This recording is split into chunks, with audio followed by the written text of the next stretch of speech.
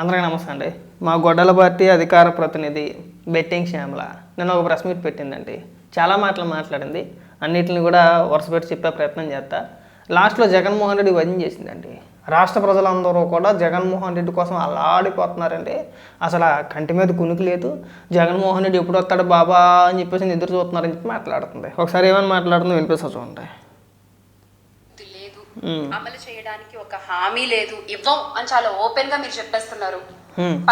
అందుకే మీ పరిపాలనపై ఈ రోజున ప్రజలకి నమ్మకం లేదు. అందుకే ఈ రోజున ప్రతి ఒక్కళ్ళు కూడా జగన్మోహన్ రెడ్డి గారి ప్రభుత్వం కోసం ఎదురు చూస్తున్నటువంటి పరిస్థితి. బాబాయ్ నువ్వేమో తెల్లారులేగితే హైదరాబాద్లో ఉంటావు. వారానికో 10 రోజులకో నెల రోజులకో ఒకసారి చుట్టం చూపు కింద వచ్చి హైదరాబాద్ నుంచి అమరావతికి వచ్చి అదే తాడేపల్లి ఆఫీస్కి వచ్చి ఒక ప్రెస్ మీట్ పెట్టి మళ్ళీ హైదరాబాద్ వెళ్ళిపోతావు. ఇక్కడి ప్రజలంతా కూడా జగన్మోహన్ రెడ్డి రాక కోసం ఎదురు చూస్తున్నారు. మిమ్మల్ని వద్దని చెప్పేసరి మీ మొఖాన్ని 11 కొట్టి పక్కన పడేసారా? ఇంకా ఎందుకు ఈ భజన కార్యక్రమాలు మాట్లాడదా? నిందలు, వైఎస్ఆర్ కాంగ్రెస్ పార్టీపై చేసేటువంటి దుష్ప్రచారం, డైవర్షన్, రాజకీయాలు, వ్యక్తిగత దాడులు, ప్రతిదీ it is noted by AP public. ఇది మీరు గుర్తుపెట్టుకోవాలి. గౌరవ ముఖ్యమంత్రి గారు నారా చంద్రబాబు నాయుడు గారు, సకల శాఖ మంత్రి గారు శ్రీ నారా లోకేష్ గారు, హోమ్ మినిస్టర్ గారు శ్రీమతి అనితా మంగళపూడి గారు, మీరు ఇవన్నీ కూడా గుర్తుపెట్టుకోవాలి. It is noted, it is recorded. ఖచ్చితంగా దీనికి ఆన్సర్ మీకు 2029లో దొరుకుతుంది. చాలా పెద్ద సౌండ్ తో దొరుకుతుంది.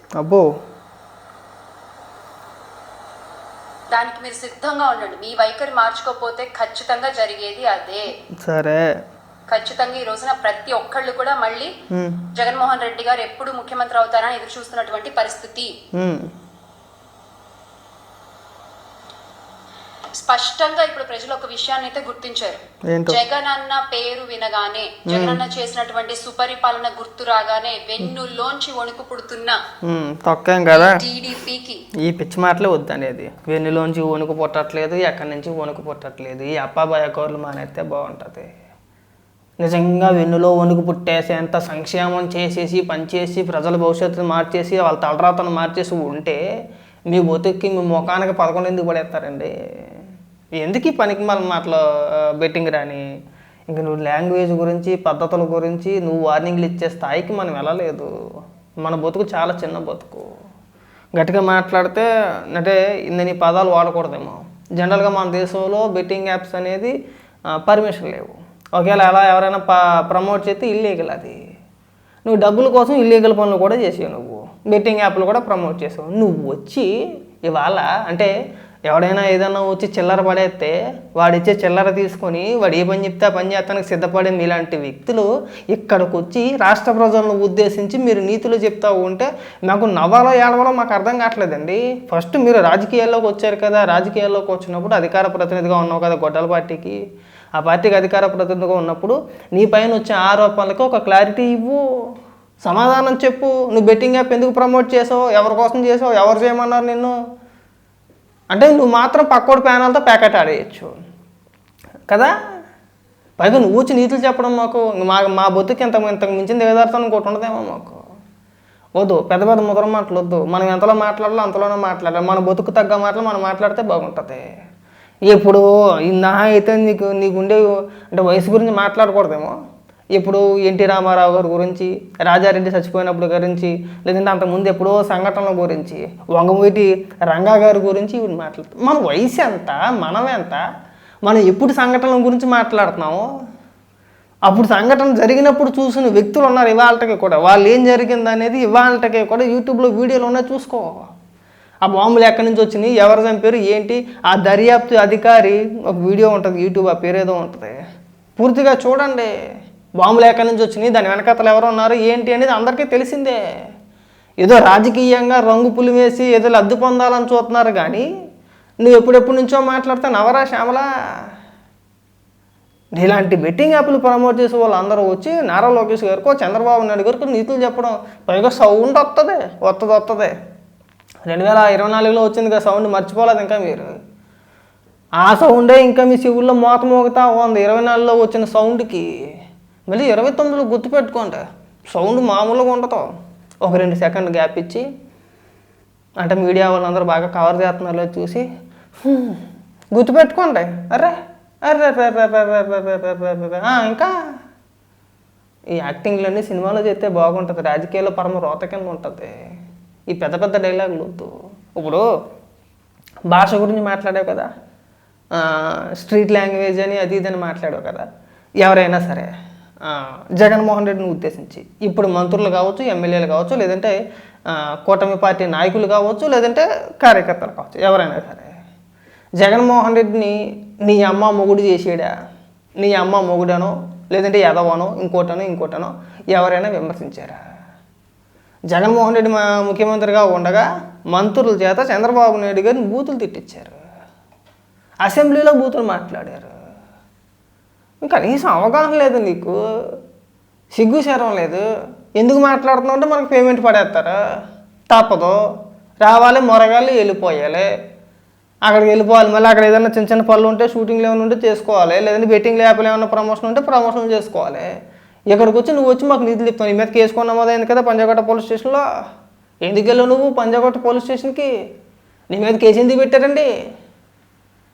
ఇక్కడ మీలాంటి వాళ్ళు అందరూ వచ్చి మాకా నిధులు చెప్పేది ప్రజల మంచి గురించి, ప్రజల మేలు గురించి. అయ్య బాబోయ్, ఇంకో 4-5 బెట్టింగ్ యాప్లు ప్రమోట్ చేసే ప్రజలు బాగుంటారు, చక్కగా ఉంటారు, సుఖంగా ఉంటారా?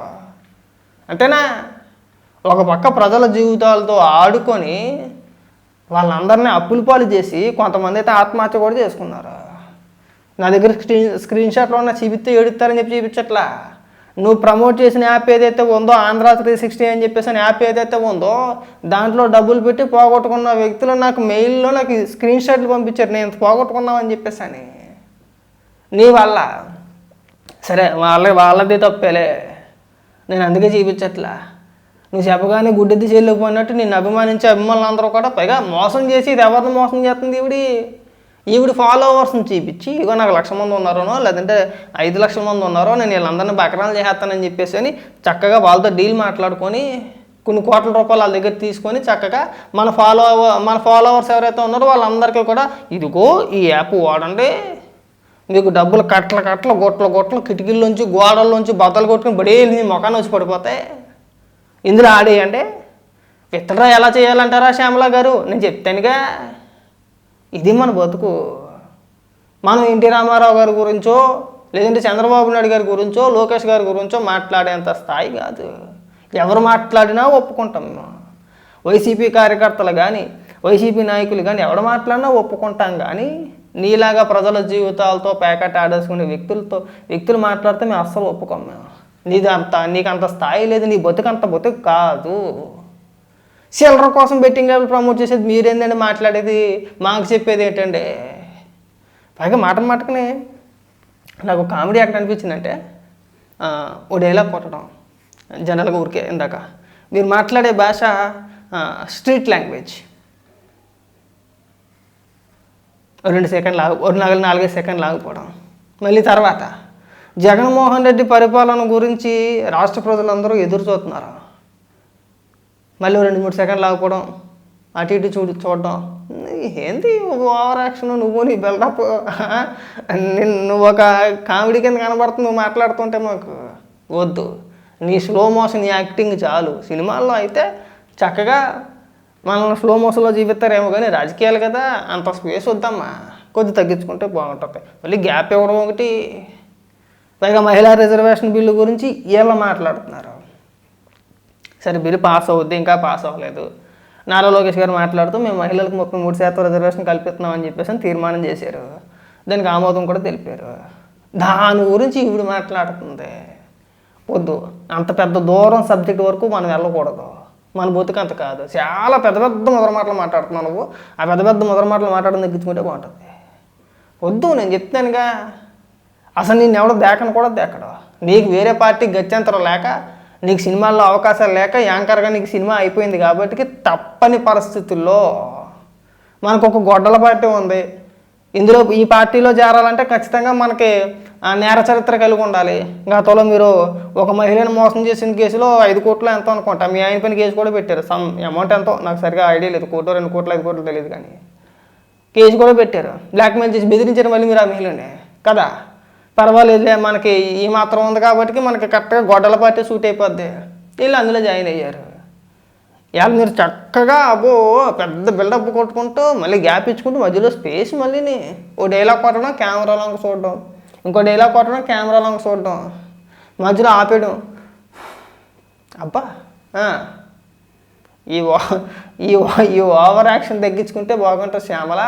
మన బతుకు అంత కాదు. నువ్వు నారా లోకేష్ గారి పేరు చంద్రబాబు నాయుడు గారి పేరు ప్రస్తావించే అంత ఎత్తుకి ఇంకా నువ్వు ఎతకలా. ఎవ్వరు మాట్లాడినా ఒప్పుకుంటాం. చివరిగా నాగార్జున యాదవ్ గారి కావచ్చు, ఆ కారుమూరి వెంకటరెడ్డి గారు కావచ్చు, ఇంకొకటి కావచ్చు, కొడాలి నాయన కావచ్చు, రోజా కావచ్చు, అంబటి రాంబాబు కావచ్చు, ఇలా రాజకీయాల్లో ఉన్నారు. నీలాగా ఇల్లీగల్ పనులు చేయలే వాళ్ళు ఎదవలైనా సరే, నీలాగా ఇల్లీగల్ పనులు చేయలే. అంబటి రాంబాబుని పక్కన పెట్టి అదో పెద్ద రోత క్యాండిడేట్ అది. నువ్వు అలా కాదు, డైరెక్ట్గా ప్రజల జీవితాలతో ఆడేసుకున్నావు. నువ్వు నీ వల్ల ఎంతోమంది నాశనం అయిపోయారు. నువ్వు మాట్లాడకూడదు, ఒళ్ళు దగ్గర పెట్టుకుని మాట్లాడితే బాగుంటుంది.